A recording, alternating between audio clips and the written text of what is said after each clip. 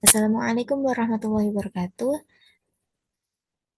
Sebelumnya perkenalkan nama saya Nindita Febriana Kurutayun dengan NIM akhir 11.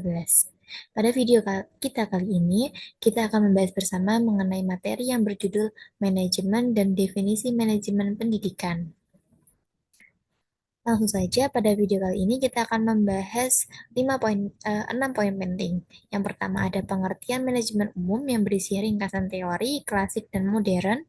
Yang kedua ada fungsi manajemen yang nantinya berisi ada planning, organizing, actuating, dan controlling.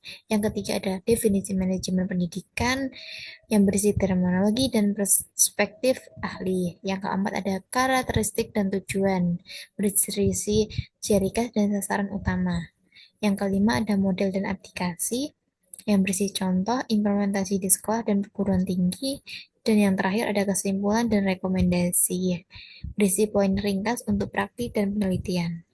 Next, untuk selanjutnya yang pertama ada pengertian manajemen umum. Manajemen adalah proses mengarahkan sumber daya untuk mencapai tujuan organisasi. Beberapa definisi penting. Yang pertama dari Mary Baker Collett, seni menyelesaikan pekerjaan melalui orang lain. Sedangkan dari Henry Fayol, merupakan fungsi utamanya berupa planning, organizing, leading, dan controlling. Yang ketiga dari Peter Drucker, yaitu fokus pada melakukan hal yang benar atau effectiveness. Intinya yaitu kombinasi proses, orang, dan tujuan yang terstruktur.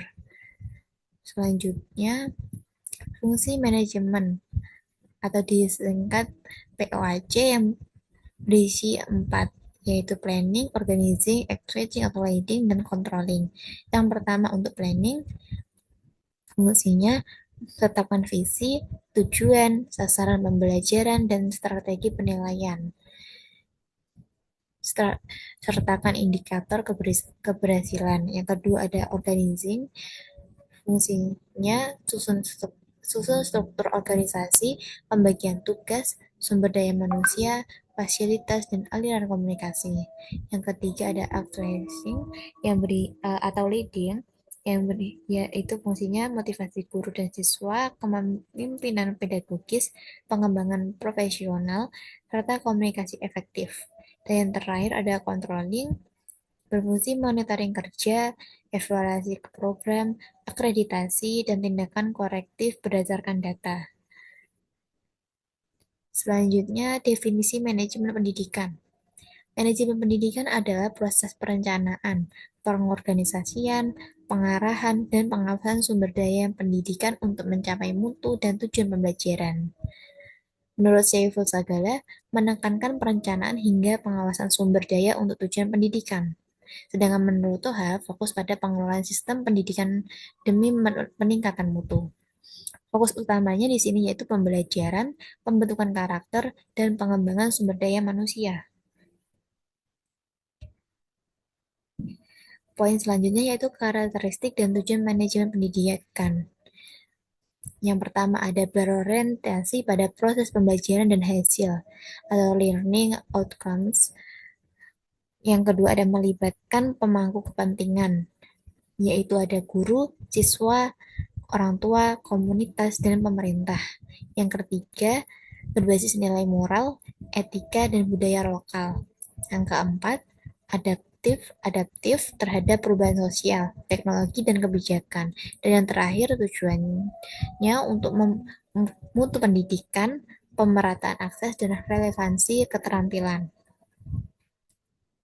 Selanjutnya ada model dan aplikasi serta contoh implementasinya. Yang pertama ada model pengembangan profesional berupa pembinaan guru berkelanjutan untuk guru. Contohnya ada mentoring, pelatihan terstruktur, dan komunitas praktik. Yang kedua ada model kurikulum berbasis kompetensi berupa integrasi kompetensi abad 21, contohnya kolaborasi, berpikir kritis, dan literasi digital.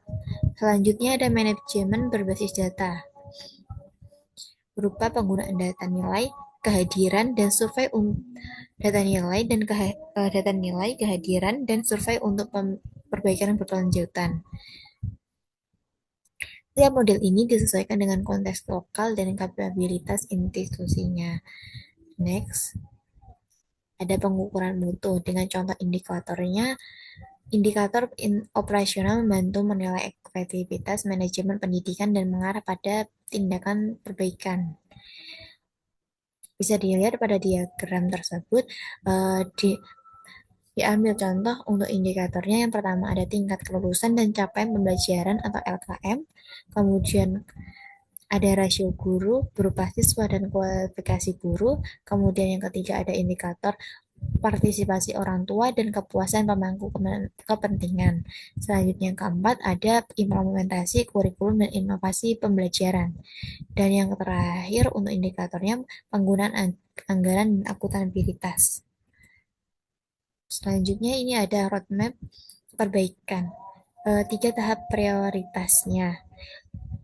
Ada access and plan, kemudian ada build and implement, dan yang terakhir ada monitor and scale. Langkah strategis. Yang pertama, lakukan asesmen awal. Bangun kapabilitas guru dan sistem, lalu gunakan monitoring berbasis data untuk skala dan penyempurnaan. Yang terakhir di sini ada kesimpulan dan rekomendasi. Kesimpulannya, manajemen pendidikan menggabungkan prinsip manajerial dengan tujuan pembelajaran. Keberhasilan bergantung pada kepemimpinan, data, dan keterlibatan pemangku kepentingan. Yang kedua ada rekomendasi praktis, prioritaskan pelatihan guru, gunakan data untuk keputusan, libatkan komunitas, dan adaptasi kurikulum agar relevan dengan kebutuhan lokal dan masa depan pekerjaan. Langkah berikutnya, rancang pola intervensi di 1 sampai 2 sekolah. Ukur hasil selama 1 tahun, lalu susun rencana eskalasi berdasarkan bukti. Uh, Mungkin cukup sekian yang dapat saya sampaikan, kurang lebihnya mohon maaf. Terima kasih. Wassalamualaikum warahmatullahi wabarakatuh.